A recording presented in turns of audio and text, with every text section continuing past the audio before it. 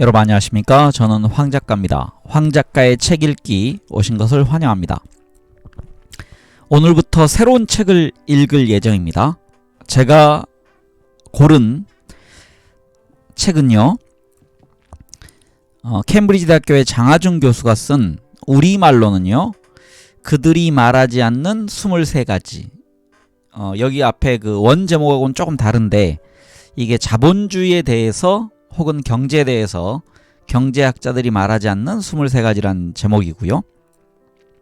이렇게 그냥 제목을 그들이 말하지 않는 23가지로 하겠습니다. 그리고 영어 제목은 23 things they don't tell you about capitalism 뭐 이렇게 돼 있습니다. 그래서 저는 이 책을 6, 7년 전쯤에 원서로 이렇게 읽었던 기억이 있고요.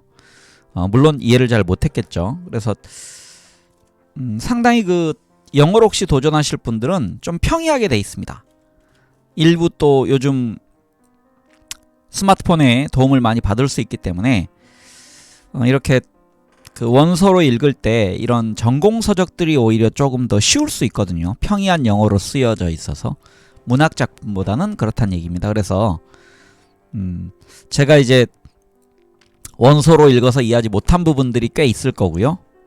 우리 글로 돼 있는 책을 제가 그 작년인가요? 누구로부터 이것 좀 받았던 것 같습니다. 그래서 이 책을 읽으면서 여러분들과 경제 분야를 좀 탐험해 보겠습니다. 제가 경제 문외한인지라 충분히 잘 설명할 수 있을지 모르겠습니다. 왜냐하면 책을 읽다가 이제 이해 안 되는 부분은 그냥 좀 넘어가거든요. 근데 이 책은 여러분에게 책을 읽어드릴 경우에는 최대한 넘어갈 수 있는 부분이 제한되어 있기 때문에 제가 충분히 이해하고 설명하려고 노력하도록 하겠습니다. 네, 장하준 교수에 대한 설명은요, 제가 조금 해드리면요, 글씨가 작아서 지은이 장하준은 서울대 경제학과를 졸업하고 영국 케임브리지 대학에서 경제학 석사 및 박사 학위를 받았다. 1990년 이래 케임브리지 대학 경제학과 교수로 재직 중이고 2003년 신고전학파 경제학에 대한 대안을 제시한 경제학자에게 주는 미르달상을 2005년 경제학의 지평을 넓힌 경제학자에게 주는 레온티 F상을 최연소로 수상함으로써 세계적인 경제학자로 명성을 얻었다.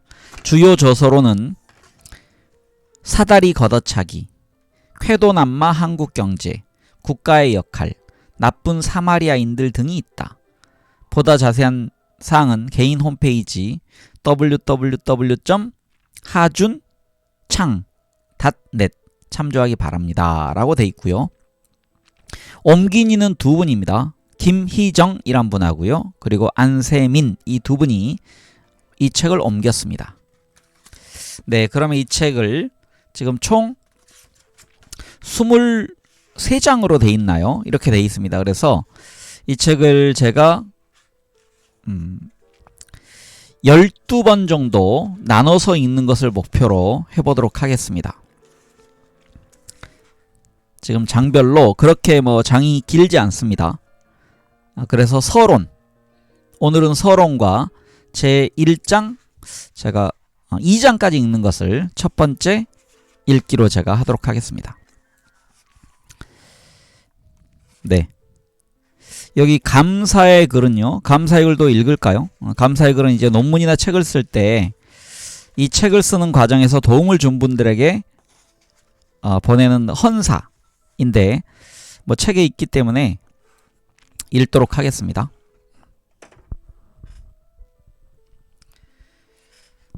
감사의 글, 이 책을 쓰면서 여러 사람의 도움을 받았다. 개발도상국에 초점을 맞췄던 전작 나쁜 사마리아인들이 탄생하는 데에도 중요한 역할을 했던 에이전트 아이반 멀케히는 더 폭넓은 독자층의 관심 분야를 다룰 새로운 책을 쓰도록 나를 끊임없이 격려해 주었다. 미국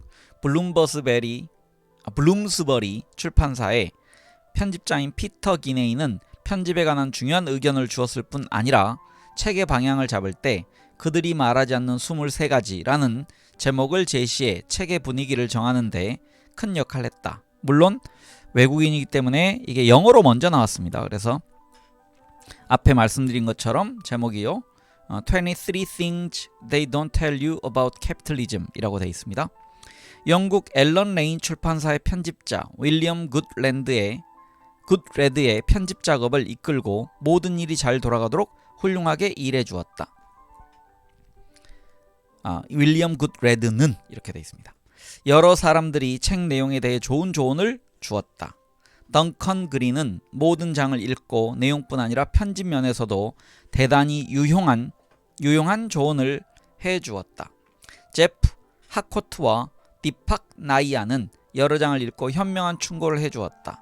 더크 베제머, 크리스 크레이머, 셀라자 패널, 패트릭 이맘, 데보라 존스턴, 에이미 클라츠킨, 베리 린, 제니아 파슨스, 법 로손도 각 장을 읽고 소중한 의견을 주었다. 이 책에 담긴 세세한 정보들은 유능한 연구 보조원들이 없었더라면 찾지 못했을 것이다. 바르가브 다르바리유, 아드바리유, 사람 이름 참 어렵습니다. 하산 아크람, 안토니오 안드레오니, 유렌드라 바스넷, 무하마드 이르판, 비라유스 칸추챈, 프란체스카 라인하트, 모두 감사하다. 쉽게 접근하기 어려운 자료를 제공해준 정승일 박사와 이범 선생에게도 감사를 드린다. 마지막으로 가족에게 고마움을 전한다. 그들의 사랑과 지지가 없었다면 이 책은 완성하지 못했을 것이다. 아내는 나를 정서적으로 굳건히 지탱해 줬을 뿐 아니라 책의 모든 내용을 읽은 뒤 좀 더 논리정연하고 독자들이 쉽게 이해하도록 쓰는데 도움을 주었다. 딸 유나는 몇몇 아이디어를 들려주자 14살짜리라고 보기엔 놀라울 만큼 지적으로 성숙한 반응을 보여 주어서 나를 무척 기쁘게 했다. 아들 진규는 책을 쓰는 과정에서 정신적인 지지는 물론 책에서 사용된 몇 가지 아주 재미있는 아이디어를 제공해 주었다. 이 책을 가족에게 바친다. 제가 이렇게 그 감사의 글을 읽을 때마다 이걸 읽어야 되나 말아야 되나 고민을 많이 하지만 그래도 책에 있는 내용이기 때문에 읽었습니다. 자, 서론부터 이제 읽어가도록 하겠습니다.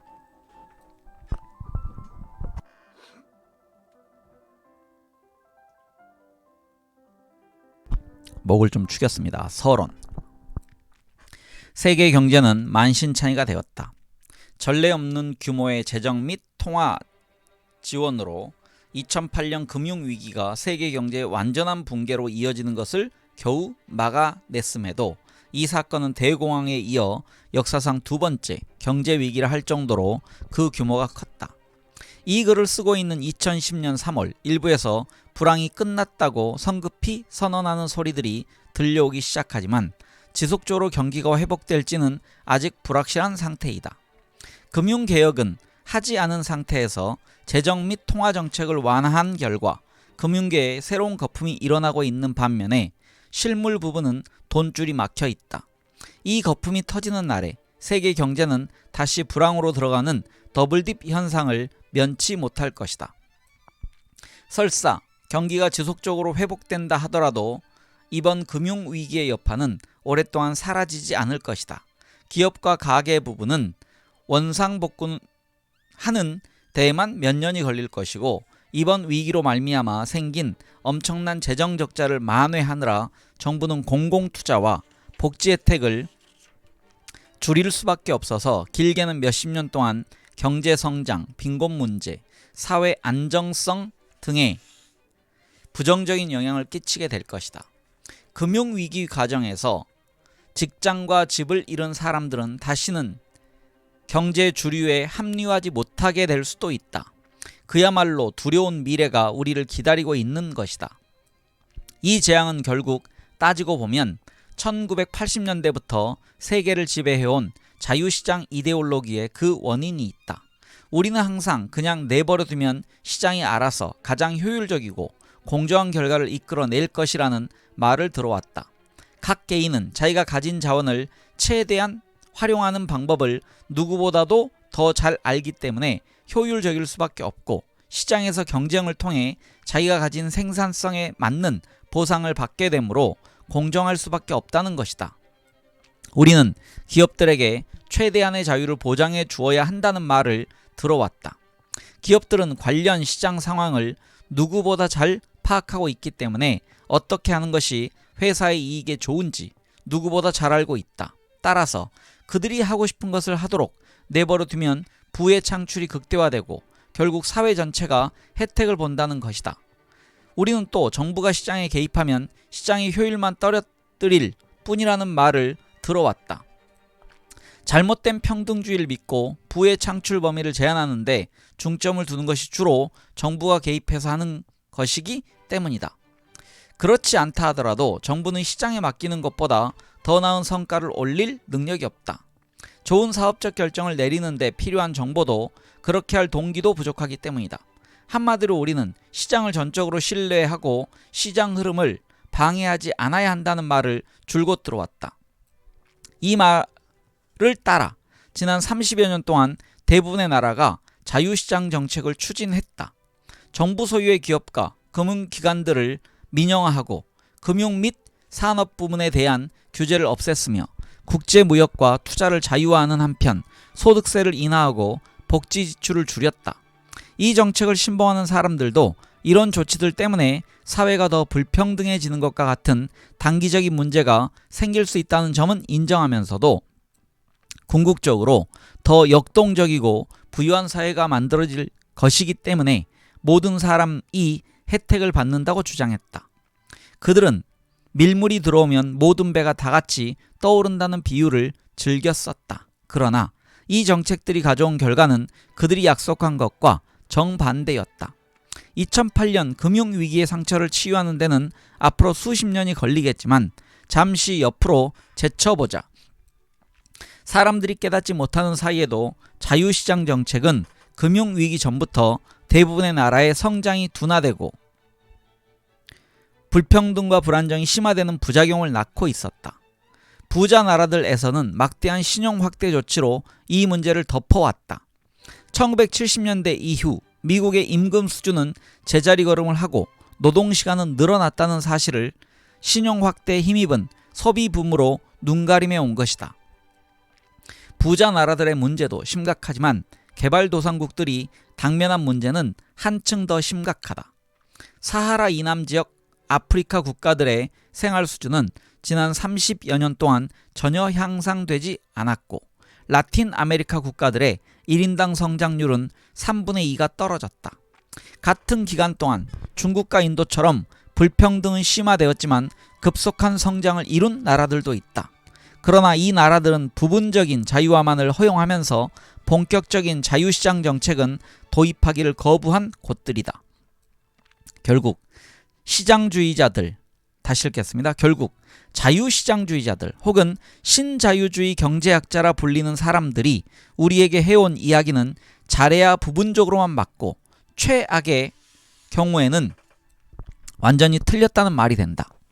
이 책에서는 자유시장 이론가들이 진실이라고 팔아온 사실들이 꼭 이기적인 의도에서 만들어낸 것은 아닐지라도 허술한 추측과 왜곡된 시각에 기초를 두고 있다는 것을 밝히고자 한다. 즉 자유시장주의자들이 말해주지 않는 자본주의에 관한 여러가지 중요한 진실들을 이야기하는 것이 내 목적이다. 그렇다고 이 책이 반자본주의 성명서는 아니다. 자유시장 이데올로기를 비판한다고 해서 자본주의 자체에 반대하는 것은 아니다. 나는 수많은 문제점과 제약에도 불구하고 자본주의는 인류가 만들어낸 가장 좋은 경제 시스템이라고 믿는다. 그저 지난 30여 년간 세계를 지배해온 특정 자본주의 시스템, 즉 자유시장 자본주의를 비판하고 싶을 뿐이다. 자유시장 체제가 자본주의를 운용하는 유일한 방법이 아니며 지난 30년 동안의 성적표가 말해주듯 최선의 방법은 더더욱 아니다. 이 책은 자본주의를 더 나은 시스템으로 만들어야 하고 그렇게 만들 방법이 있음을 보여준다. 2008년 금융위기를 기점으로 우리는 경제를 운영하는 방식에 대해 심각한 의문을 품게 되었다. 그러나 대부분의 사람들은 이를 깊이 고민하지 않는다. 전문가들 몫이라 생각하기 때문이다. 사실 어떤 면에서는 맞는 말이다. 이 문제에 대한 정확한 답을 찾으려면 수많은 기술적인 지식들을 잘 알아야 하는데 사실 이런 지식은 너무 복잡하여 전문가들 사이에서도 의견이 분분한 것이 현실이다. 부실 자산 구제 조치의 효과나 G20의 필요성, 은행 국영화의 장단점이나 경영진에 대한 적합한 보수 수준을 정확하게 판단하기 위해 필요한 전문 지식을 샅샅이 익히는 데 시간을 들이거나 배경 지식을 갖춘 사람이 우리 중에 얼마나 되겠는가. 한낱, 다시 읽겠습니다. 한술 더 떠서 아프리카 빈곤 문제, WTO 문제, 국제결제은행이 요구하는 자기자본 비율 등의 문제가 나오면 솔직히 대부분의 사람들은 멍해질 수밖에 없다. 그러나 세상이 어떻게 돌아가는지 이해하고 내가 말하는 경제 시민으로서의 권리를 적극적으로 행사해서 의사결정권을 가진 사람들에게 올바른 길을 선택하도록 요구하는 데에는 고도의 전문 지식이 필요하지 않다. 생각해보면 우리는 날마다 전문적인 지식 없이 온갖 종류의 판단을 내리고 있다. 식품공장, 정육점, 식당 등의 위생 기준이 어때야 한다는 것은 전염병 학자가 아니어도 모두 아는 사실이 아닌가. 경제에 관한 판단을 내린 것도 이와 다르지 않다. 주요 원칙과 기본적인 사실을 알고 나면 상세한 전문 지식이 없어도 좋은 판단을 내릴 수 있다.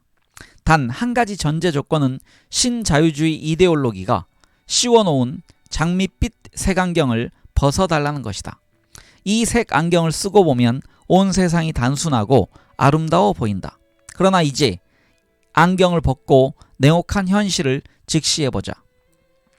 자유시장이라는 것이 실제로는 존재하지 않는다는 사실을 알고 나면 시장을 자유롭지 못하게 한다는 이유로 각종 규제에 반대하는 소리에 더 이상 속지 않을 것이다.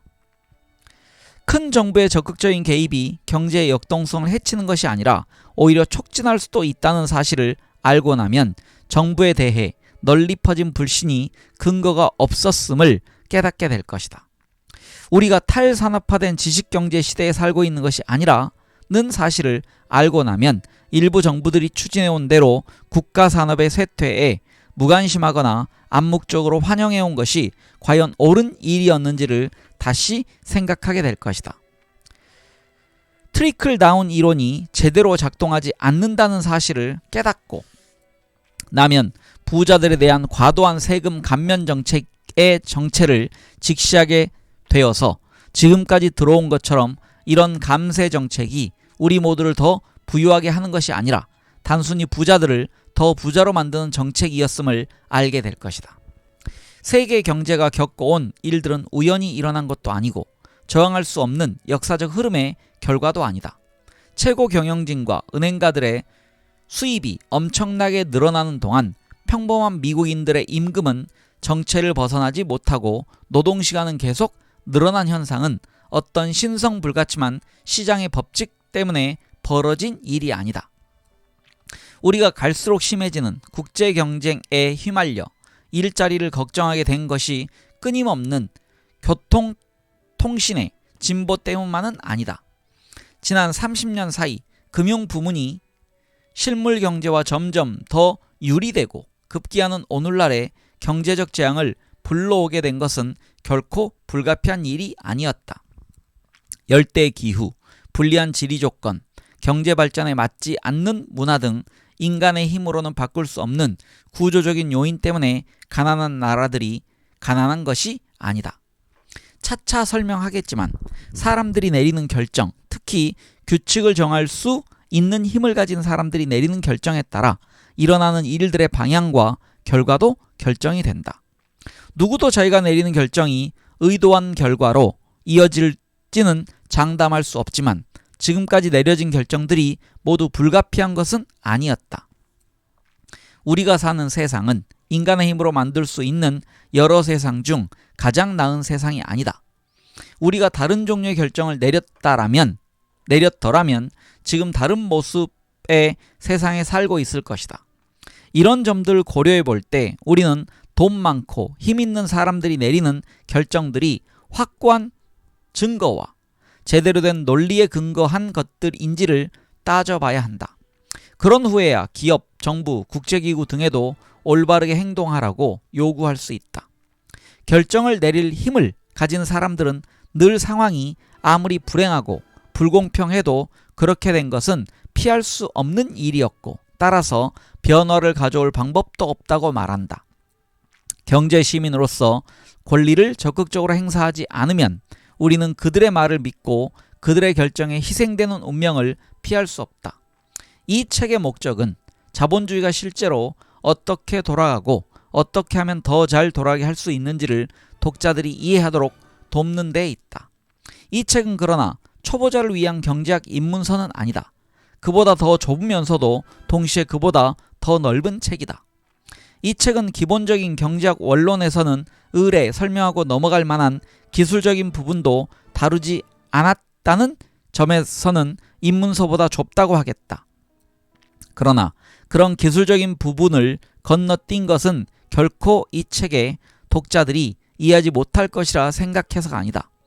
경제학의 95%는 상식을 복잡하게 만든 것이다. 나머지 5%도 아주 전문적인 부분까지는 아니지만 거기에 숨은 근본 논리는 쉬운 말로 설명 가능하다. 내가 기술적인 부분을 다루지 않은 것은 경제학적 원칙을 배우는 가장 좋은 방법은 독자들이 가장 관심 있어 할 문제들에 그 원칙들을 적용해서 설명하는 것이라고 믿기 때문이다. 따라서 기술적인 부분을 경제학 교과서처럼 체계적으로 설명한 대신 토론하고자 하는 주제와 관계가 있을 때에만 설명하는 방식을 택했다.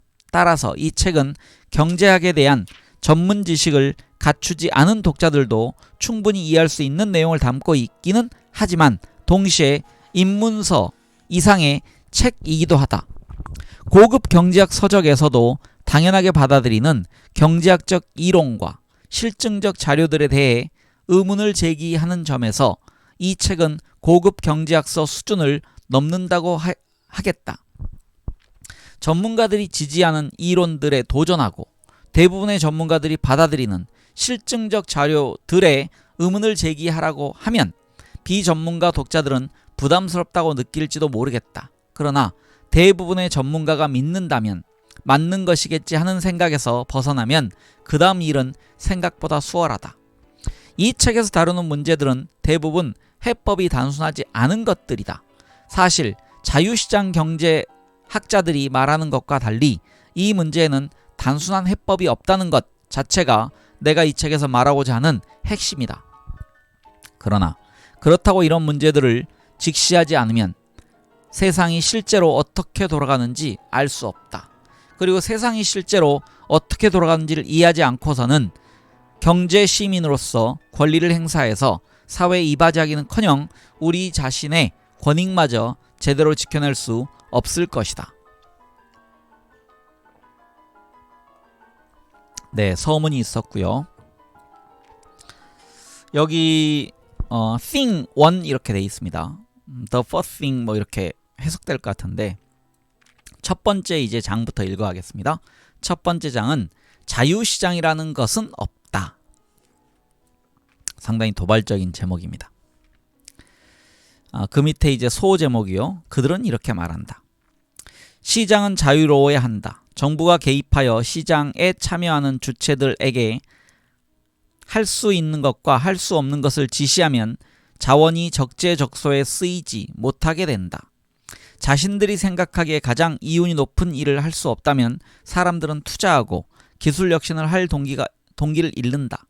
예를 들어 정부가 임대료의 상한선을 정하면 건물주는 건물을 보수하거나 새 건물을 지을 동기를 상실한다. 정부가 판매 가능한 금융상품의 종류를 제한하면 혁신적인 거래 방식을 통해 독특한 금융적 필요를 충족시키는 것이 불가능해진다. 따라서 자유시장의 전도사인 밀턴 프리드만의 유명한 책 제목처럼 사람들이 선택의 자유를 누릴 수 있도록 내버려 둬야 한다. 이게 그들이 하는 말이란 얘기입니다. 이런 말은 하지 않는다. 자유시장은 존재하지 않는다. 모든 시장에는 선택의 자유를 제한하는 모종의 규칙과 한계가 있다. 시장이 자유로워 보이는 것은 단지 우리가 그 시장의 바탕에 깔려 있는 여러 규제를 당연한 것으로 여겨 규제로 생각하지 않기 때문이다. 시장이 얼마나 자유로운지를 규정할 수 있는 객관적인 방법도 없다. 자유시장은 정치적으로 정의되는 것이다.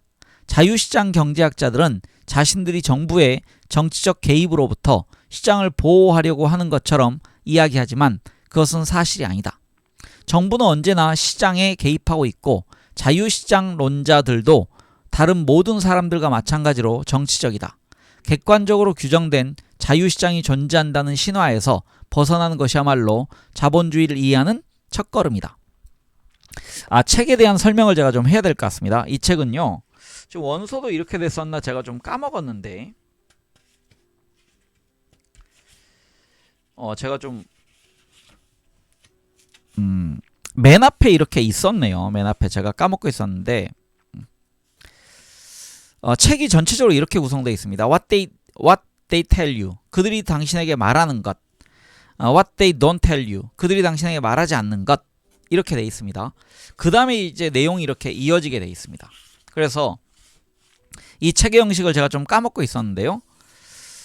이 책을 만약에 가장 간단하게 읽으면 이렇게 됩니다. 이렇게 장마다 기존의 소위 그 시장 자유주의자들이 말하는 것을 앞에 뒀고요. 그 다음에 이 저자가 쓰고 싶은 핵심적인 내용, 그들은 거짓말한다. 경제학자들이 말하지 않는다. 그러니까 그 두 번째 이렇게 있습니다. 그러니까 영어로는 what they don't tell you 이렇게 되어 있습니다. 그들이 말하지 않는 것, 이 부분을 얘기하겠다는 겁니다. 네, 그 제가 우리말로 되어 있는 버전을 실은 처음 읽어서 이렇게 구성이 되어 있습니다. 영어로 되어 있는 건 좀 까먹었습니다. 그 사이에. 네, 그래서 이제 소제목이 이제 장하준 교수가 풀어나가는 겁니다. 노동할 자유가 주어져야 한다 라는 소제목이 있습니다. 1819년 아동노동을 규제하기 위해 면직공장 규제법, 영어를 좀 읽어드릴까요? The Cotton Factories Regulation Act. 액트가 일 때는 이제 법률이란 뜻입니다. 행동이 아니고. 가급적이면 아마 영어가 필요에 따라 조금 들어있는 것 같은데요. 영어를 조금 인용해서 읽도록 하겠습니다. 그래서 다시 읽습니다. 1819년 아동노동을 규제하기 위해 면직공장 규제법이라는 새 법안이 영국 의회에 상정되었다. 이 법안은 오늘날 기준에서 보자면 솜방망이나 다름없었다. 9살 미만의 아동들의 경우에만 고용이 금지되었고 10살부터 16살 사이의 청소년은 여전히 고용이 가능했던 것이다. 또 이들의 노동시간은 정말이지 관대하게도 하루 12시간으로 제한되었다. 이런데다 이 새로운 법안은 근로환경이 노동자들의 건강에 특별히 유해하다는 인정된 면직 공장에만 적용되었다. 유해하다고 인정된. 이 법안은 당시 엄청난 논란을 불러일으켰다. 반대파들은 이 법안이 신성한 계약의 자유를 침해함으로써 자유시장의 기반을 파괴할 것이라고 주장했다. 일부 상원 의원들은 심의 과정에서 노동할 자유가 주어져야 한다는 근거를 내세워 이 법안에 반대했다. 가난한 아이들은 일을 하고 싶어 하고 공장주들은 그 아이들을 고용하고 싶어 하는데 도대체 뭐가 문제란 말인가? 오늘날 선진국에서는 아무리 열렬한 자유시장 지지자라 하더라도 시장 자유화의 일환으로 아동노동을 다시 허용해야 한다고 생각하지는 않을 것이다. 하지만 유럽과 북아메리카에서는 아동노동에 대해 제대로 된 규제가 도입되기 시작한 19세기 후반에서 20세기 초반 이전만 해도 사회적 지위가 있는 사람들 중 상당수가 아동노동 규제를 자유시장 원칙에 반하는 것이라 생각했다. 이렇듯 시장의 자유는 아름다움과 마찬가지로 보는 이의 견해에 따라 달라진다. 최대한의 이윤을 거두기 위해 필요하면 누구든 고용할 수 있는 공장주의 권리보다 아동의 일하지 않을 권리가 더 중요하다고 믿는 사람의 눈에는 아동 노동 금지가 노동시장의 자유를 침해하는 것으로 보이지 않을 것이다. 반대로 생각하는 사람은 시장이 아동 노동 금지라는 잘못된 정부 규제에 얽매여 자유롭지 못하다고 볼 것이다. 처음 도입되었을 때에는 시장의 자유를 훼손한다는 이유로 많은 사람들이 심하게 반대했으나 지금은 당연한 것으로 받아들이는 규제의 예를 찾기 위해 굳이 200년 전까지 거슬러 올라갈 필요도 없다. 불과 몇십 년 전만 해도 많은 사람들이 자동차 공장 매연에 대한 환경 규제에 반대했다. 선택의 자유를 침해한다는 것이 그 이유였다. 본인들이 원해서 매연이 심한 차를 몰고 이윤이 더 나니까 공해를 더 유발하는 생산 기술을 쓰는 것이니 정부가 나서서 그런 것들을 막을 권리가 없다는 것이다. 그러나 오늘날에는 대부분의 사람들이 이런 환경 규제를 당연하다고 받아들인다. 공해처럼 고의가 아니더라도 다른 사람들에게 해를 끼치는 행위라면 제한을 가해야 한다고 생각하기 때문이다. 또 에너지는 대부분 재생 불가능한 자원이니 아껴야 하고 인간이 기후변화에 미치는 영향도 줄여 나가야 한다는 데에는 이제 대부분의 사람들이 동의하게 되었다. 이렇게 똑같은 시장을 놓고서도 각자 입장에 따라 느끼는 자유의 정도가 다른 마당에 그 시장이 얼마나 자유로운지를 객관적으로 규정하는 것은 불가능하다. 다시 말해 자유시장이라는 것은 환상이라는 이야기다. 자유시장처럼 보이는 시장이 있다면 이는 단지 그 시장을 지탱하고 있지만 눈에는 보이지 않는 여러 규제를 우리가 당연하게 받아들이기 때문에 그런 것일 뿐이다. 피아노 줄과 쿵푸의 대가라는 소제목입니다. 다른 사람들과 마찬가지로 나 역시 어린 시절에는 홍콩 영화 속에서 허공을 붕붕 날아다니는 쿵푸의 대가들을 보고 감탄을 금하지 못했다. 그리고 다른 아이들과 마찬가지로 나중에 그 쿵푸 대가들이 실은 피아노 줄에 매달려 있었다는 것을 알고 나서는 적잖이 실망하기도 했다. 자유시장도 그런 식이다. 일단 특정 규제의 정당성을 완전히 받아들이고 나면 그 규제의 존재 자체를 의식하지 못하게 된다. 하지만 좀 더 주의 깊게 살펴보면 시장을 떠받치고 있는 규칙, 그것도 엄청나게 많은 규칙이 눈에 보이기 시작할 것이다.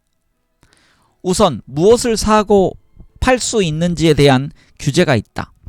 마약이나 인간의 장기 같은 명백한 예들은 그렇다 치고 투표권이나 공직, 판결 등도 이제는 적어도 공공연하게는 사고 팔 수 없게 되었지만 과거에는 많은 나라에서 시장 거래를 허용했던 것들이다. 또 대부분의 나라에서 대학 입학 자격은 사고 팔지 못하게 되어 있지만 아직도 거래가 가능한 나라들이 있다. 입학 사정관을 매수하는 불법적인 거래 방법, 대학에 기부금을 내는 합법적인 거래 방법 등 나라마다 약간씩 방법을 달리하기는 하지만 말이다. 총이나 술은 거래를 금지하는 나라가 다수이고 의약품은 시판되기 전에 정부로부터 안정성을 인정받도록 하는 것이 보통이다. 또 안정성보다는 안전성을 공인받도록 하는 것이 보통이다. 네, 고쳐 읽겠습니다.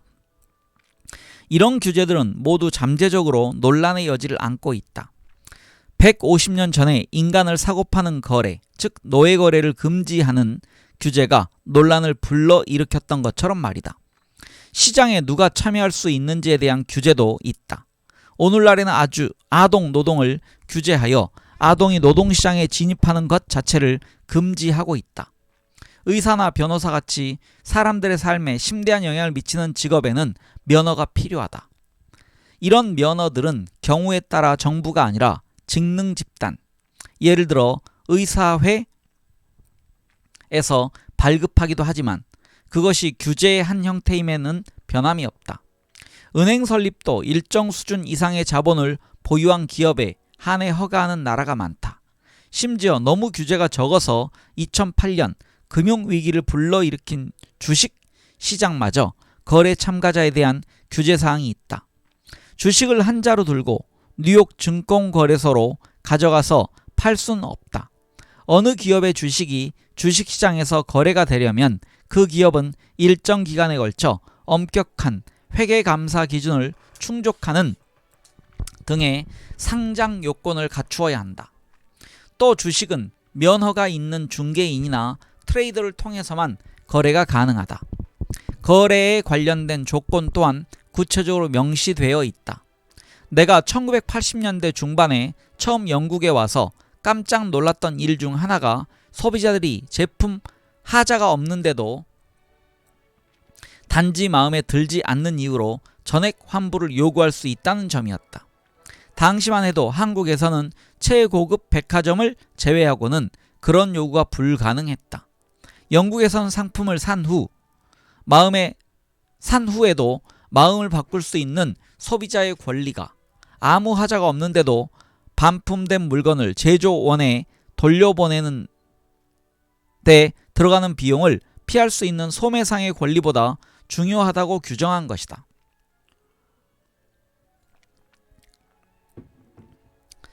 그 밖에 제조물 배상 책임, 약속한 날짜에 배달을 못해준 데 대한 배상 문제, 채무 불이행 등 상품 교환 과정에서 벌어질 수 있는 다양한 상황과 관련해서도 여러 가지 규정이 있다.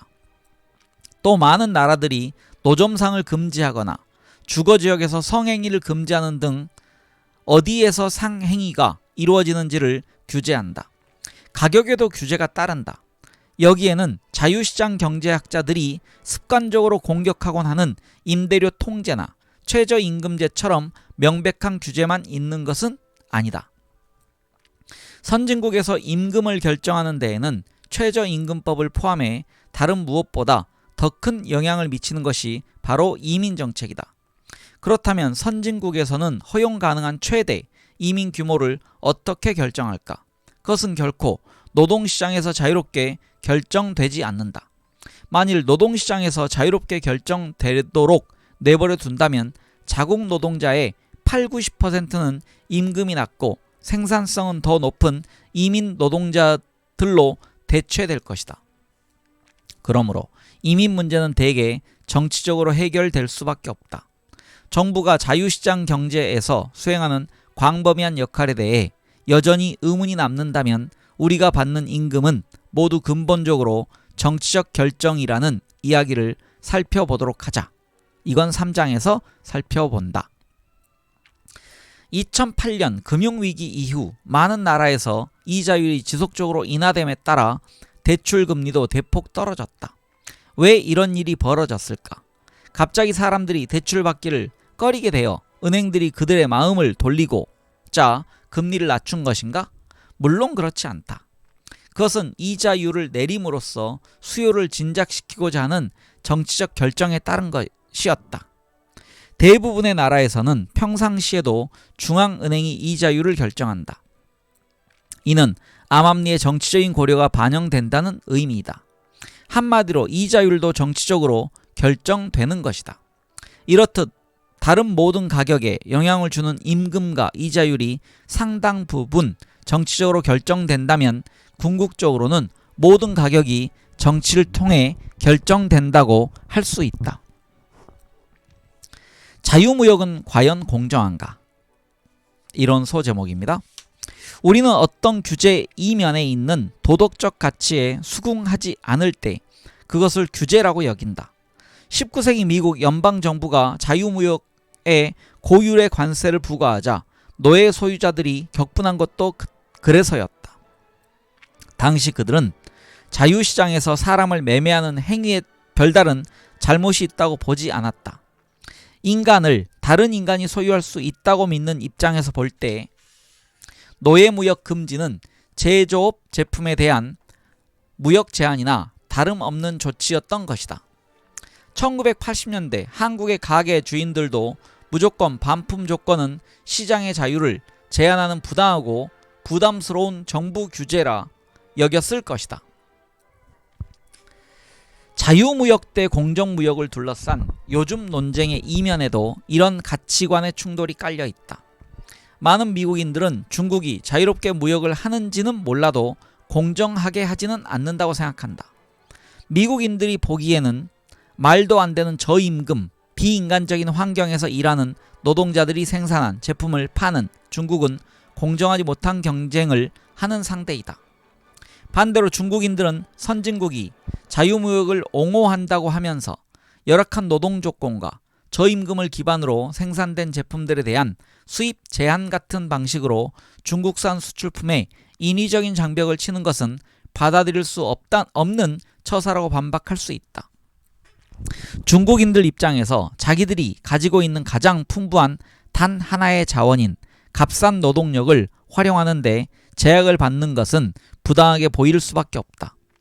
여기서 문제는 말도 안 되는 저임금이나 비인간적인 노동 조건을 정의할 객관적 방법이 없다는 것이다. 경제발전 단계나 생활 수준에 엄청난 격차가 나는 상황에서 미국에서는 기아임금이라고 할 정도로 임금 수준이 미국의 10%에 불과한 중국에 가면 높은 임금이 되고, 임금 수준이 미국의 2%인 인도에 가면 한미천이 되는 것이다. 사실 공정무역을 철저히 주장하는 미국인이라면 자기 할아버지가 만든 제품도 사지 않았을 터이다. 그 세대 미국인들은 비인간적인 노동 환경에서 극히 장시간 일했으니 말이다. 20세기가 시작될 때까지만 해도 미국 노동자들의 주당 평균 노동시간은 60시간 정도였다. 그 당시, 더 정확히 말하면 1905년 미국은 제빵 노동자들의 하루 노동시간을 10시간으로 제한한 뉴욕주의 법에 대해 대법원이 위헌 판결을 내린 나라였다.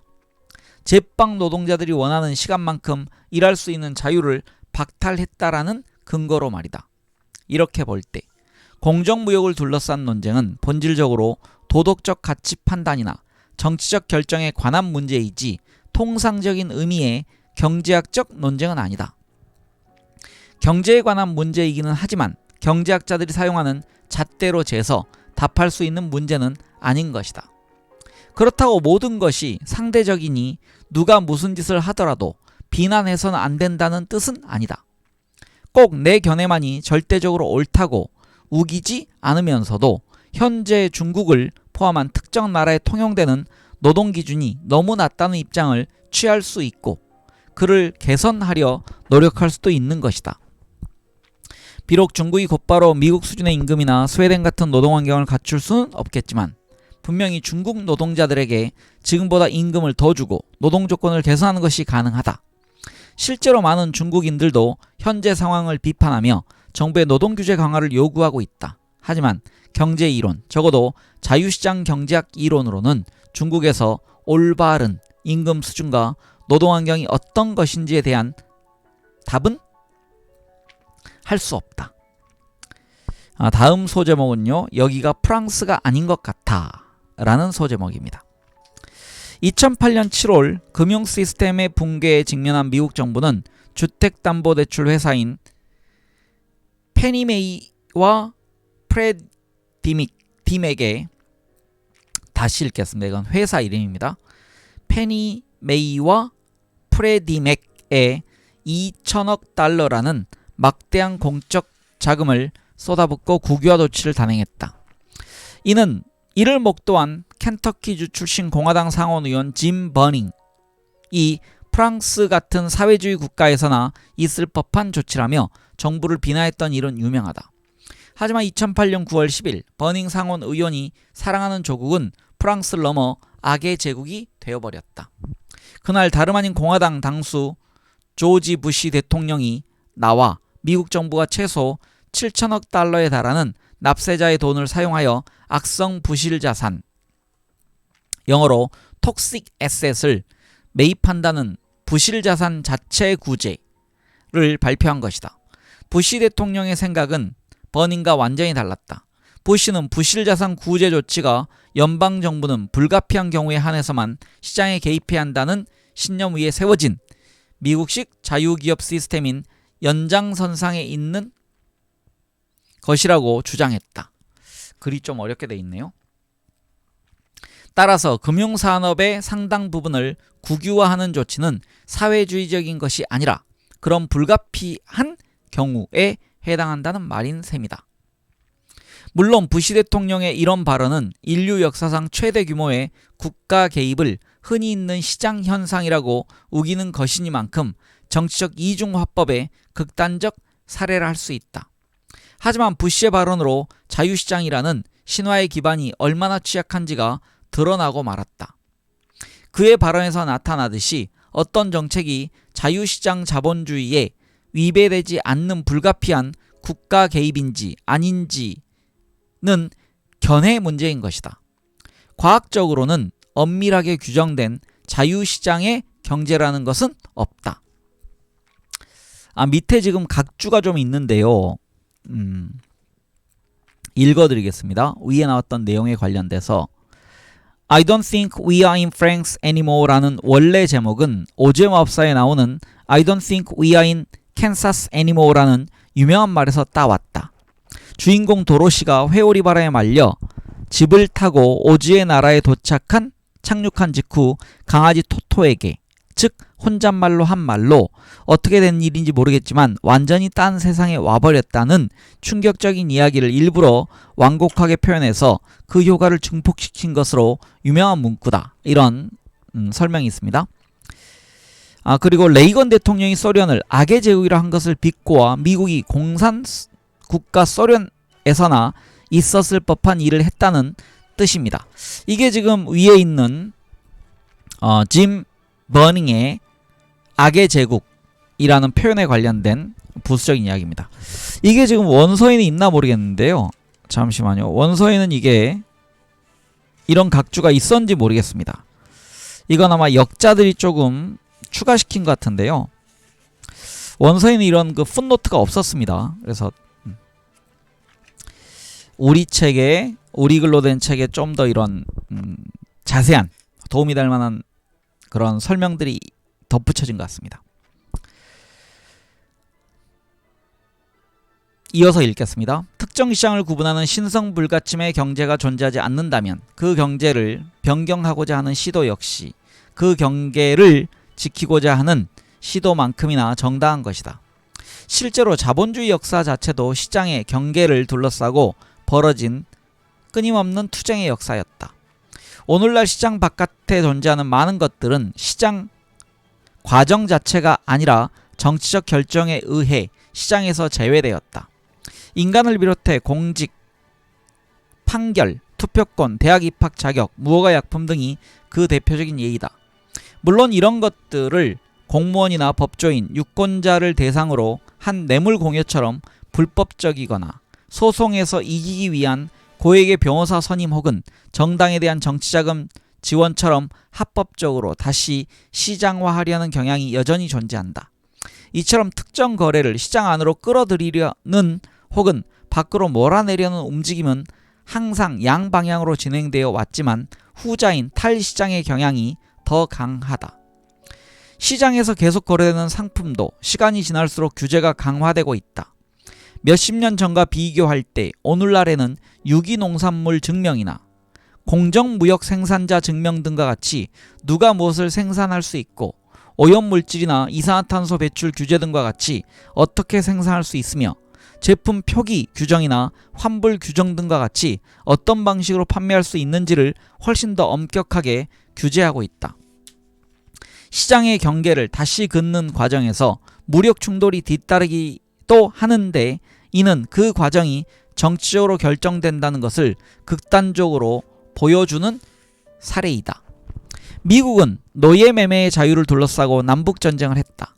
물론 남북전쟁의 발발에는 상품의 자유무역, 즉 관세 문제에 대한 이견도 한몫을 했지만 영국은 아편을 자유롭게 거래하기 위해 중국을 상대로 아편 전쟁을 벌였다. 앞에서 언급한 아동노동의 자유로운 거래에 대한 규제 또한 사회개혁가들의 투쟁 덕에 가능했던 일이다. 공직자 투표권을 자유롭게 사고파는 행위를 불법화하려는 노력은 유권자를 매수하고 열성당원들에게 공직을 나누어주는 방식으로 운영되던 정당들의 거센 반발에 부딪혔다. 이런 관행이 사라지는 것은 개혁적 정치운동, 선거제도 개혁, 공직자 임용에 관한 규정 개선 등이 이루어졌기 때문이다. 시장의 경제가 모호하며 객관적으로 결정할 방법이 없다는 사실을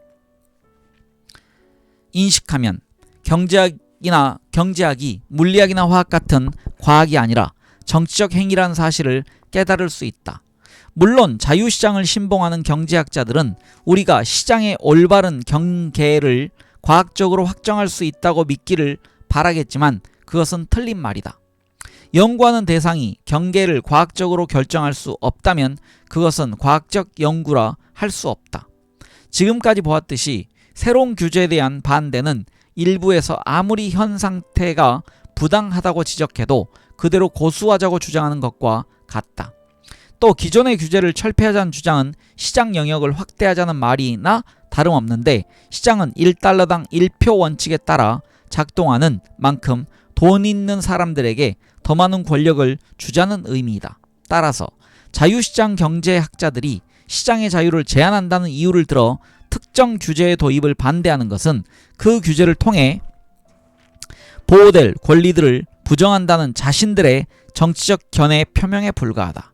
물론 그들은 다른 사람들의 논리는 순전히 정치적인 반면에 자신들의 논리는 객관적인 경제학적 진실이라고 우기지만, 그들 역시 자신들의 반대하는 사람들만큼 정치적 의도를 가지고 행동하는 것이다. 시장은 객관적이라는 환상에서 벗어나는 것이야말로 자본주의를 이해하기 위한 첫걸음이다. 네, 첫 장에서 그 시장 자유주의, 자유시장주의에 대한 장하준 교수의 반대 주장을 읽었습니다. 자, 2장까지 읽도록 하겠습니다. 2장. 기업은 소유주 이익을 위해 경영되면 안 된다. 그들은 이렇게 말한다. 기업의 주인은 주주들이다. 그러므로 기업은 주주들의 이익을 위해 경영되어야 한다. 단순히 도덕적인 이야기가 아니다. 고정된 보수를 받는 종업원, 정해진 납품 가격을 받는 납품업체, 약정된 대출 이자를 받는 은행 같은 다른 이해 당사자들과 달리 주주들은 고정 수입을 보장받지 못한다. 주주들의 수입은 기업의 실적에 따라 달라진다. 따라서 주주들은 투자 기업의 실적에 민감할 수밖에 없다. 기업이 파산했을 때에도 다른 이해 당사자들은 최소한 조금이라도 건지는 반면에 주주들은 모든 것을 잃는다. 이렇듯 다른 사람들은 부담하지 않는 리스크를 짊어지다 보니 주주들에게는 기업 실적을 극대화해야 한다는 동기가 강할 수밖에 없다. 주주들을 위한 경영을 하면 기업 이윤은 극대화된다. 이는 기업의 사회적 기여를 극대화하는 길이기도 하다. 이게 지금 시장 자유주의자들의 주장이고요. 이런 말은 하지 않는다. 지금 장하준 교수가 하고 싶은 얘기입니다. 주주들이 법적으로는 기업의 주인일지는 몰라도 그들은 기업의 이해 당사자 중에서 가장 손쉽게 빠져나갈 수 있고, 따라서 기업의 장기 전망에 가장 관심이 없는 집단이다. 보유 주식을 다 팔 경우 해당 기업이 위기에 빠질 정도로 지분이 많은 대주주 외에는 주식을 팔고 떠나면 그만이기 때문이다. 주주들, 특히 소액 주주들이 장기 투자를 줄여 이윤을 극대화하고 그 이윤에서 주주에 대한 배당을 극대화하는 단기 수익 극대화 기업 전략을 선호하는 것도 바로 그래서이다. 이렇게 되면 재투자에 필요한 유보 이윤이 줄어들게 되므로 해당 기업의 장기 전망은 악화될 수밖에 없다. 주주들을 위한 기업 경영이 결국 기업의 장기적인 성장 잠재력을 약화시키는 것이다. 소제목이 있습니다. 칼 마르크스, 자본주의를 옹호하다. 영어권 국가의 기업 이름에 PLC, LLC, LTD 하는 식으로 대부분 L자가 들어있다. 여기서 PLC는 주식회사, Public Limited Company, LLC는 유한책임회사, Limited Liability Company, LTD는 유한회사, Limited Company의 약자이다. L은 유한책임, Limited Liability를 줄인 유한, Limited의 머리글자로 기업이 파산할 경우 투자자들은 자신의 투자 지분만큼만 손해를 본다는 의미이다. 유한책임을 가리키는 이 L자가 근대 자본주의를 가능케 했다는 사실을 아는 독자는 아마 그리 많지 않을 것이다. 이런 형태의 기업 조직은 오늘날 당연한 것으로 받아들여지지만 예전에는 그렇지 않았다. 처음에는 공동자본회사, 영어로 조인트 스탁 컴퍼니라고 불리던 유한책임 회사가 16세기에 유럽에 등장하기 전까지만 해도 기업가들은 정말 모든 것을 걸고 사업을 해야 했다. 무한책임, Unlimited Liability 하에서는 사업하다 진 빚을 갚기 위해 자신의 전 재산을 처분해야 하는 것은 물론이고 빚을 다 갚지 못할 경우에는 채무자, 형무소에 가야 했다. 결국 개인 재산뿐 아니라 신체적 자유까지도 잃을 수 있었다. 이런 환경에서 사업을 시작하는 사람들이 있었다는 것은 거의 기적에 가까운 일이었다. 16세기에 발명은 되었지만 19세기 중반까지는 유한 책임 회사를 세우는 것이 대단히 어려웠다. 유한 회사를 설립하려면 왕실이나 정부에서 특별 허가를 받아야 했다. 또 회사를 100% 소유하지 않고 유한 회사 형태로 운영하는 경영자는 리스크를 100% 자기가 부담하는 것이 아니기 때문에 과도하게 위험한 사업을 하리라는 것이 당시의 지배적 의견이었다. 마찬가지로 유한 회사의 경영에 참여하지 않은 투자자는 리스크의 한도가 각각 투자액으로 정해져 있기 때문에 자신들이 고용한 전문 경영인을 감시하는 데 소홀히 하리라는 것이 중론이었다. 경제학의 시조이자 자유시장 자본주의의 수호성인인 애덤 스미스가 유한 책임의 원칙에 반대한 것도 바로 그런 이유에서였다. 그의 유명한 말처럼 공동자본회사의 이사진은 자기 돈이 아니라 남의 돈을 관리하기 때문에 그들에게 무한 책임을 전제로 하는 한 명 회사 파트너들이 자기 돈을 지키듯이 남의 돈을 관리하리라는 기대는 무리가 있다 라는 것이다. 이런 이유로 유럽 국가들은 규모가 크고 리스크가 높으면서 국익에 필요하다고 판단되는 기업에 한해서는 예외적으로 유한 회사의 설립 인가를 내주었다. 1602년에 설립된 네덜란드 동인도 회사와 그 최대 라이벌인 영국 동인도 회사, 1721년 투기붐을 일으켜 유한 책임제도의 인상을 오랫동안 망쳐놓은 그 악명 높은 영국의 남해 회사 사우스 씨 컴퍼니가 대표적인 예이다. 그러던 중 19세기 중반 철도나 철강, 화학공업 같은 대규모 산업이 등장하면서 유한 책임의 필요성이 절실해졌다. 제철 공장이나 철도 회사를 단독으로 설립할 수 있을 만큼 막대한 재산을 가진 사람이 거의 없었기 때문이다. 이후 유한 책임은 1844년 스웨덴과 1856년에 영국을 시작으로 하여 1860년대 및 1870년대를 거쳐 서유럽과 북아메리카 국가들 대부분에서 일반화되었다. 하지만 유한 책임에 대한 의구심은 오랫동안 남아있었다. 서유럽의 기업가 활동에 관한 한 유명한 역사 연구소에 따르면 유한 책임이 일반화되고 몇십 년이 지난 19세기 말 영국에서도 기업을 소유하고 직접 경영하는 중소기업인이 법인, 즉 유한회사라는 장치를 이용하여 자기 기업의 채무에 대해 완전히 책임지는 것을 피하려 하면 눈총을 받았다고 한다. 흥미로운 것은 자본주의의 발전 과정에서 유한 책임의 중요성을 가장 먼저 알아차렸던 사람 중 하나가 흔히 자본주의의 가장 큰 비판자로 알려져 있는 칼 막스였다. 이전 시대의 애덤 스미스나 자신과 동시대에 살았던 많은 자유시장론자들이 유한 책임에 반대했던 것과 달리 마르크스는 유한 책임이 개인 투자자들의 리스크를 줄임으로써 새로 등장하는 중화공업에 필요한 대규모 자본 동원을 가능케 하리라는 것을 간파했다. 마르크스는 자본주의라는 장대한 드라마에서 주식시장이 아직 막간의 여흥 정도에 불과하던 1865년에 쓴 글에서 이미 공동자본회사를 자본주의 생산의 최고 단계라고 일컫는 성견지명을 보였다. 마르크스도 자유시장론자들과 마찬가지로 유한 책임으로 말미암아 경영자들이 리스크를 과도하게 떠안으려는 경향이 있음을 인정했고 그를 비판했다. 그러나 이를 유한 책임이라는 제도 혁신이 가져올 엄청난 물질적 진보의 부작용 정도로 간주했다. 물론 그가 자유시장론자들의 비판에 맞서 새로운 자본주의를 옹호한 속셈은 따로 있었다. 마르크스는 공동자본회사 경영으로부터 소유를 분리해낸다는 점, 그리고 이를 통해 자본주의가 성취한 물질적 진보를 해치지 않고도 이미 기업 경영에서 손을 뗀 자본가들을 제거할 수 있다는 점에서 사회주의로 이행하는 전환점으로 생각했던 것이다.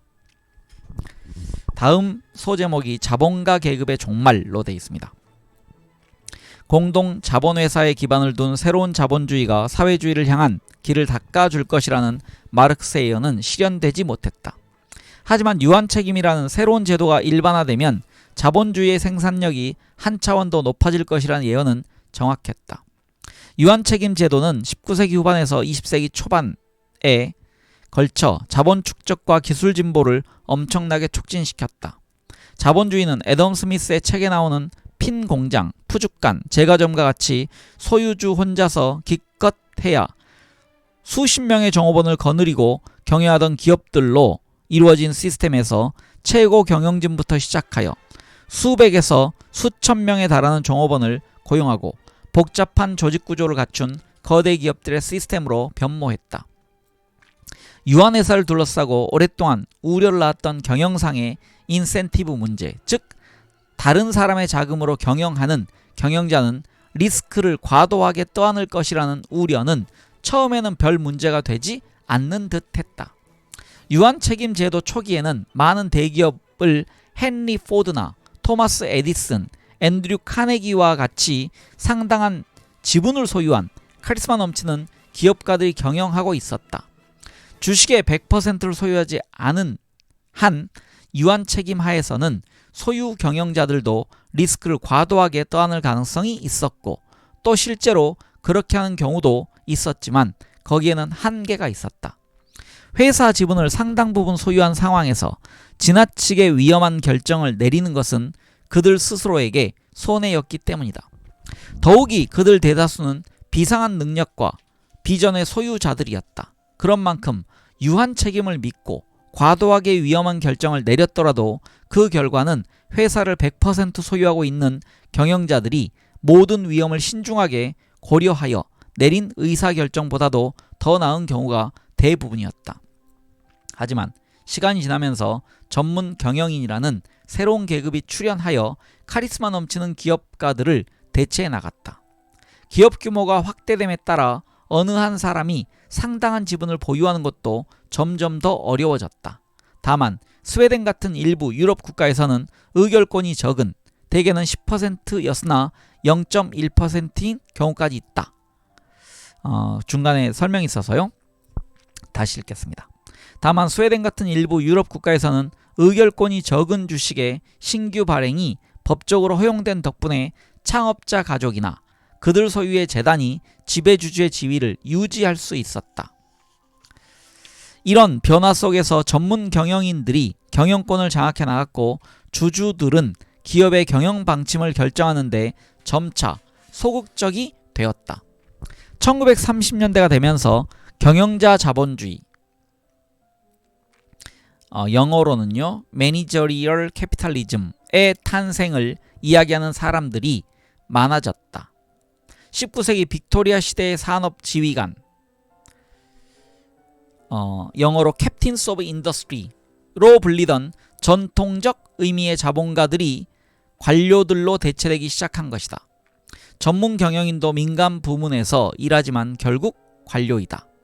이렇게 되면서 고용된 경영자들이 기업의 법적 소유자인 주주들의 이익이 아니라 자신들의 이익을 위해 기업을 경영한다는 우려가 높아졌다.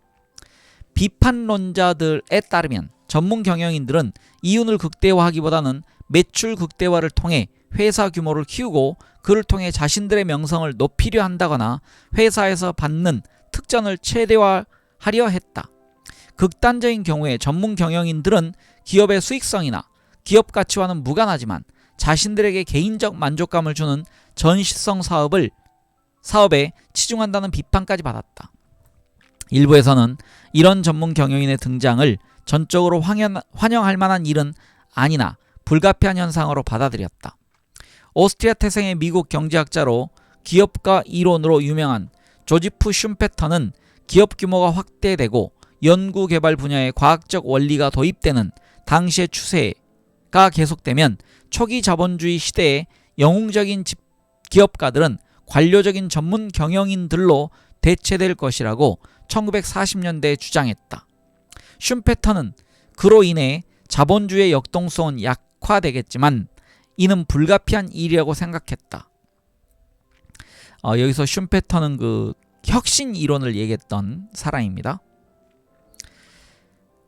캐나다 태생의 미국 경제학자 존 케네스 갤브레이스도 1950년대 쓴 글에서 전문 경영인이 경영하는 거대 기업의 등장은 대세라고 보았다. 따라서 그는 정부 규제의 확대와 노동조합의 강화만이 이런 거대 기업에 대항할 수 있는 견제 세력을 확보하는 유일한 방법이라고 주장했다.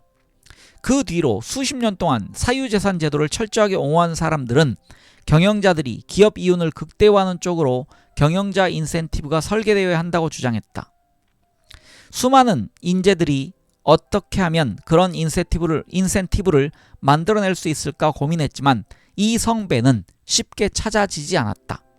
한 기업의 이윤이 낮은 이유가 경영자가 수익 지표에 제대로 관심을 기울이지 않았기 때문인지 아니면 불가항력적인 요인 때문인지 주주들이 입증하기가 쉽지 않고, 따라서 경영자들은 언제나 계약서의 문구를 어기지 않으면서도 계약서의 정신은 위배할 수 있었기 때문이다. 성배 아닌 비신성 동맹인가? 라는 소제목입니다. 성배인가 비신성 동맹인가? 1980년대 이르러 마침내 성배가 발견되었다. 바로 주주가치 극대화의 원칙이었다. 이것은 주주들에게 얼마나 큰 이익을 안겨주느냐에 따라 전문 경영인들의 보수를 정해야 한다는 것을 내용으로 하고 있었다. 주주들의 몫을 크게 하기 위해서는 먼저 임금이나 투자, 재고, 중간관리자 등의 비용을 무자비하게 삭감해 수익을 극대화해야 한다. 다음에 그 수익 중에서 최대한 많은 부분을 배당금 지급이나 자사주 매입, 이걸 영어로 쉐어 바이백이라고 합니다. 그래서 다시 읽겠습니다. 배당금 지급이나 자사주 매입 형태로 주주들에게 분배해야 한다. 경영자들이 이런 식으로 행동하게 만들기 위해서는 그들의 이익과 주주들의 이익을 동일시하도록 경영자들의 보수 가운데 스탁 옵션의 비중을 늘릴 필요가 있다. 이 아이디어는 주주들은 물론이고 대다수 전문 경영인들에게도 널리 지지를 받았는데, 그중 가장 유명한 인물이 오랫동안 GE 회장을 맡았고 1981년 한 연설에서 주주가치라는 용어를 만들어냈다고 알려진 잭 웰치였다. 잭 웰치의 연설 이후 곧 주주가치 극대화는 미국 재계의 시대정신이 되었다. 초기에는 이 원칙이 경영자와 주주 모두에게 정말 좋은 것처럼 보였다. 미국 국민소득에서 이윤이 차지하는 비중은 1960년대 이후 감소 추세를 보이다가 1980년대 중반 들어 급격하게 오르더니 이후 계속 증가 추세를 나타냈다. 주주들은 그 이윤 중에서 더 많은 몫을 배당금으로 받아냈고 주가 상승의 덕을 보았다. 그에 따라 미국 전체 기업 수익에서 배당금이 차지하는 비율은 1950년대부터 1970년대까지만 해도 35에서 45% 수준이었으나 1970년대 말 이후로는 꾸준히 증가세를 보여 이제는 약 60% 수준에 이르렀다. 그 과정에서 경영자들의 보수는 하늘 높은 줄 모르고 올랐다. 그러나 계속 오르기만 하는 주가와 두둑한 배당금으로 행복에 젖은 주주들은 경영자들의 보수에 의문을 제기하지 않았다. 이런 행태는 기업의 지배구조나 경영 문화가 미국과 유사한 영국 같은 나라에는 아주 쉽게, 그렇지 않은 나라에는 그보다 좀 더 시간이 걸려 전파되었다. 전문 경영인들과 주주들 간에 결성된 이 비신성 동맹 Unholy Alliance는 기업의 기타 이해 당사자들을 착취한 자금으로 유지되었다. 기타 이해 당사자들의 영향력이 상대적으로 강한 비영미계 선진국일수록 이 같은 비신성 동맹의 확산이 더뎠던 까닭이 바로 여기에 있다. 일자리는 무자비할 정도로 줄었고 수많은 노동자들은 일단 해고당한 뒤 더 낮은 임금에 복지 혜택도 거의 없다시피 한 비노조원 자격으로 재고용되었다. 임금 인상은 중국이나 인도 같은 저임금 국가로 설비 이전이나 해외 아웃소싱을 통해 혹은 그렇게 하겠다는 위협만으로도 억제되었고, 납품업체와 그 종업원들은 지속적인 단가 인하 압박에 시달려야 했다. 정부 또한 법인세가 낮고 기업 보조금이 많은 나라로 설비를 재배치하겠다는 위협으로 인해 끊임없이 법인세 인하 및 보조금 확대 압력에 휘둘려야 했다. 그 결과 소득 불균형은 극심해졌고, 그런 속에서 미국과 영국 국민 대다수는 전례 없는 규모의 빚을 지지 않고서는 겉만 번드레한 번영에 동참할 수 없게 되었다. 노동자를 비롯하여 다른 이해 당사자들에게 돌아가던 소득 중 많은 부분이 이윤으로 재분배된 것도 문제였지만 1980년대 이후 국민소득에서 이윤이 차지하는 비중은 지속적으로 증가했음에도 그것이 투자 확대로 이어지지 않았다는 것이 더 큰 문제였다. 미국 국민 총생산에서 투자가 차지하는 비중이 1980년대에는 20.5%였으나 그 이후 1990년부터 2009년 동안에는 증가하기는커녕 오히려 18.7%로 떨어졌다. 자본을 효율적으로 사용하여 낮은 투자율을 상쇄하고 성장률을 높였다면 투자율 감소는 큰 문제가 되지 않는다. 하지만 1960년대부터 1970년대까지 연간 2.6% 증가하던 미국의 1인당 국민소득은 주주자본주의 시대의 전성기라 할 1990년부터 2009년까지 연간 1.6% 증가하는 데 그쳤다. 기업 행태에서 미국과 유사한 변화를 보였던 영국도 1인당 국민소득이 영국병을 앓던 1960년대부터 1970년대까지는 연간 약 2.4% 증가했으나 정작 1990년부터 2009년까지는 1.7% 증가하는 데 머물렀다. 이렇듯 주주의 이익을 위해 기업을 경영하면 그에 따른 상류층으로서의 소득 재분배 문제를 무시한다고 해도 경제 전체에 도움이 되지 않는다. 이것이 전부가 아니다. 최악의 문제는 주주가치 극대화가 심지어는 해당 기업에도 전혀 이롭지 않다는 것이다. 기업이 수입을 늘리기는 대단히 어렵다. 따라서 이윤을 극대화하는 가장 손쉬운 방법은 고용을 줄여 임금 지출을 삭감하고 투자를 최소화하여 자본 지출을 줄이는 식으로 비용 지출을 최대한 낮추는 것이다. 하지만 이런 식의 이윤 창출은 주주가치 극대화의 시작일 뿐이다.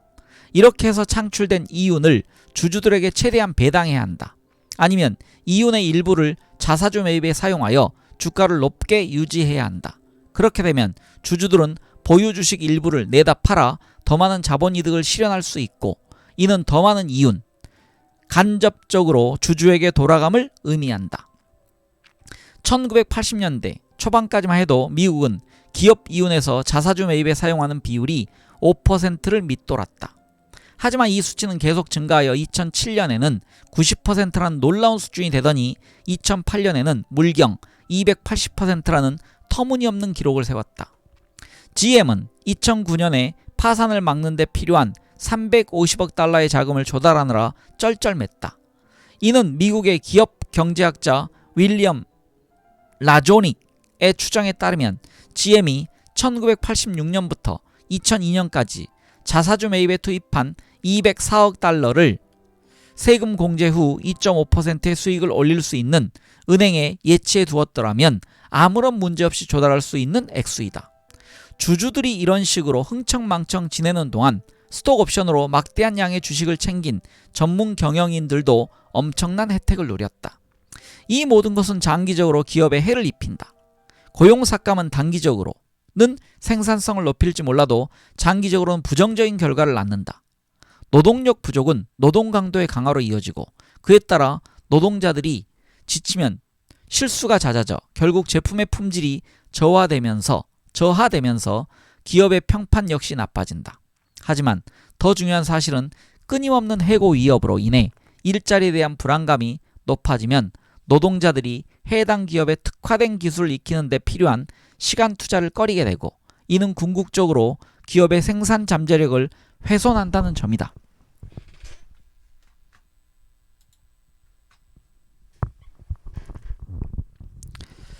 게다가 미국을 비롯한 선진 자본주의 국가에서 기업 투자의 주요 재원은 사내 유보 이윤이다.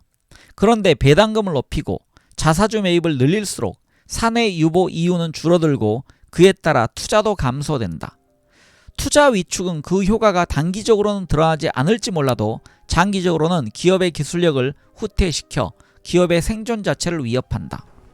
하지만 주주들은 기업이 망해버린다면 결국 기업의 주인인 주주들이 가장 큰 손해를 입는 것 아닌가?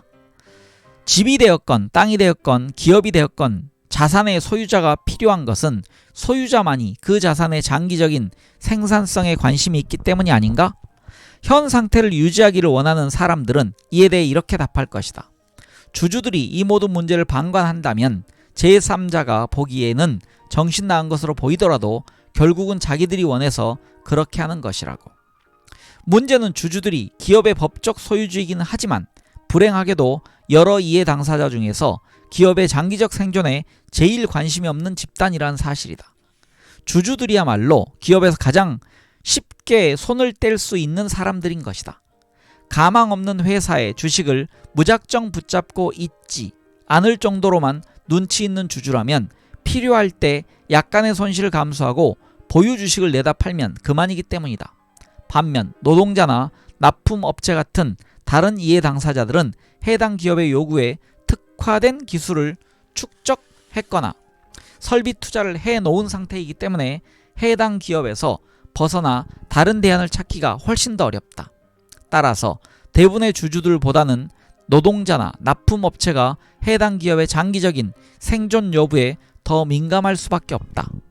주주가치 극대화가 경제 전체를 위해서는 물론이고 해당 기업을 위해서도 바람직하지 않다고 하는 이유가 바로 여기에 있다.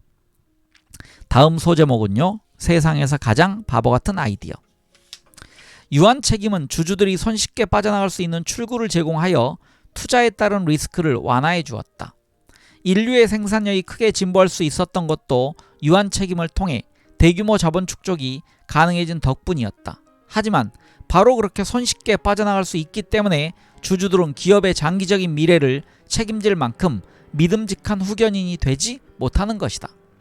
미국과 영국을 제외한 다른 대부분의 선진국에서 여러가지 공식, 비공식적 수단을 통해 부동 주주들의 영향력을 줄이고 장기 투자를 추구하는 일부 주주를 포함한 장기적인 이해 당사자 집단을 유지하거나 새로 만들어내고자 노력해온 것도 바로 그 때문이다.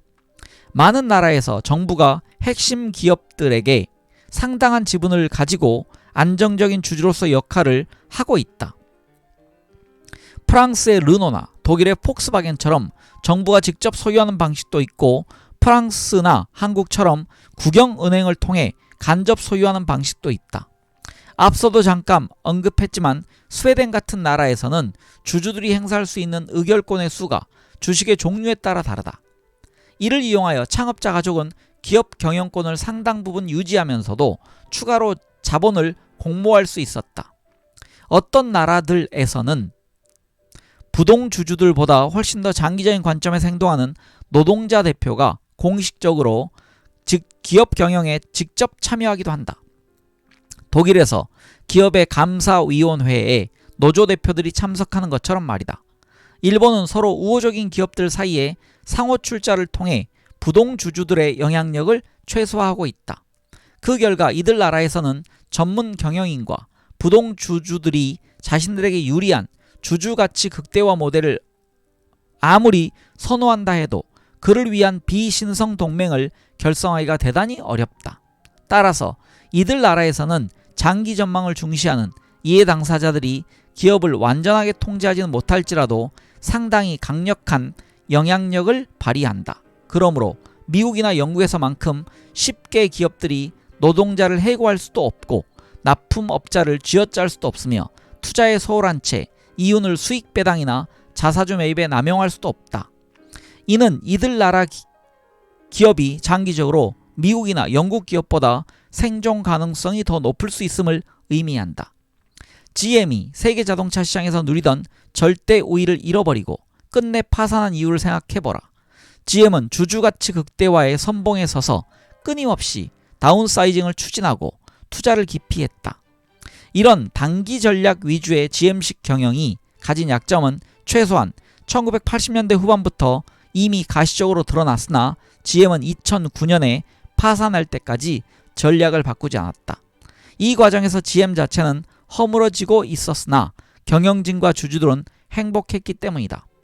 부동 주주들의 이익을 위해 기업을 경영하는 것은 불공평할 뿐 아니라 효율적이지도 않다. 이는 국민 경제와 기업 모두에게 마찬가지이다. 잭 웰치가 최근 고백했듯이 주주 가치란 아마도 세상에서 가장 바보 같은 아이디어이다. 네, 제가 오늘 자본주의자들 혹은 경제학자들이 말하지 않는 23가지 것의 첫 번째 읽기를 했습니다. 장하준 교수가 제가 보기에는 굉장히 명쾌하게 시장 자유주의자들의 논리를 반박하고 있는 그런 책입니다. 네, 다음 시간 기대하시기 바라고요. 오늘 이상으로 마치겠습니다. 함께해 주신 많은 분들 감사드립니다. 바이바이.